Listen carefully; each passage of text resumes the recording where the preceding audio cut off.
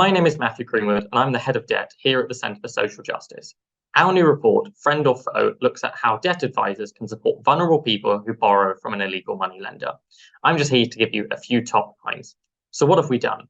We've worked with the Illegal Money Lending Team England, the body responsible for prosecuting loan sharks in England, and debt advice agencies across the country, including Step Change, Christians Against Poverty, the Money Advice Trust, and Citizens Advice, to understand how many people borrow from an illegal lender, how many people who borrow from an illegal lender seek debt advice, what happens when they do, and how we can best support them to deal with their loans to illegal lenders.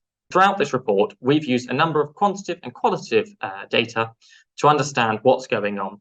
We conducted a new analysis of a sample of 742 people who had borrowed from an illegal moneylender, and we conducted a survey of 171 debt advisors. We also hosted several focus groups with about 52 debt advisors, and this built on our work conducted in Swimming with Sharks in March last year. So what's the problem? We found that less than half of people who borrow from an illegal moneylender ever go and see debt advisors. Now that's a real problem because people who have a loan from an illegal moneylender need to be able to seek debt advice or talk to the illegal lending team to be able to get rid of that illegal lender. And if they don't, there's not a way we can help them. More worryingly, however, is that a sizable minority of people, about 36% of people who do go and see a debt advisor, don't tell that debt advisor about the illegal lender. If we don't tell a debt advisor about an illegal lender, there's not much we can do to get rid of them. And many people take debt solutions, whatever they may be, won't find them working because of a pernicious illegal lender in the background who's charging interest rates well above what anyone might expect in the legal market and who's arbitrarily requesting payments. The worrying part about this, more so, is that when we ask people why they don't tell their advisor, three reasons shine through. The first is that they say their advisor didn't ask. Now we know that over half of people who borrow from an illegal moneylender consider that person to be their friend when they first borrow. And as a result of that, it may be that a debt advisor does ask, but that a client still says no. They also tell us that they don't think it's something that the debt advisor can help with. Now that's a real problem because debt advisors can help with this. They can transfer people to the illegal money lending team. But if people don't think it's something they can help with, they're not likely to tell them. And debt advisors need to make clear that it is something they can help with. The final reason, or main reason, is that the client is too scared or ashamed to talk about the illegal loan. Now, this is always going to be an issue, and we think this is the issue that's going to be the most hardest to get over.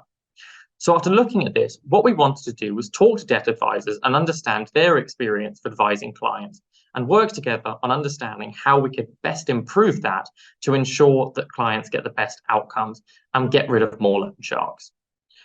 So when we asked debt advisors whether they'd either suspected or been told by a client if they'd borrowed from an illegal lender, an awful lot said they had. 60% of debt advisors said that they had suspected a client of using a loan shark, and 55% told us that they had. Only many debt advisors, it seems, come across clients in their career who have borrowed from shady, pernicious lenders. So we wanted to ask whether debt advisors would ask about these sorts of loans, and they say they would always investigate an illegal lender. 61% of advisors tell us that. The problem, however, is that when we asked debt advisors about the questions about how they would talk about an illegal lender, such as what happens if the client doesn't pay, or if the lender is lending to more than one person, or if the client has borrowed more than once, not all advisors tell us they would ask those questions.